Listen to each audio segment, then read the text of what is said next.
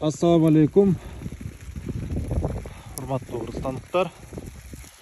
Reynek Genç Çarpasında Isköl'dü Aksu rayonunda bugün mınamamday мөндүр каралаш жаап атат. Кышында күн күркүрөгөнүн негизи көчүрдү уккан эмес элек.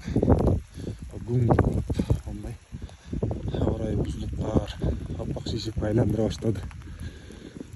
Бул эмне дейт? Бул кыш мезгили келип калды. Биз болсо чарбада. Бул болсо чарба тайлар. Быйылкы 2021 жылкы төл. Мына быйыл жаңы эле жылкылары сакоо болуп тайлар айылып калышты. Булардын дагы чарба дегенибиз менен теги бар. Ата теги бар. Аталар ошол.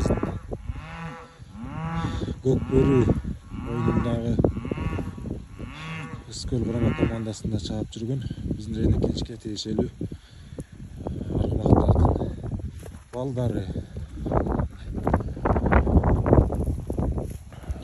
Сакоо болуп жаңы эле айыгышып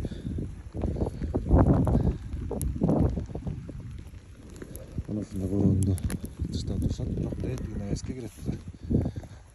Ал эми силерге өзүңөргө белгилүү болгондой бул жерде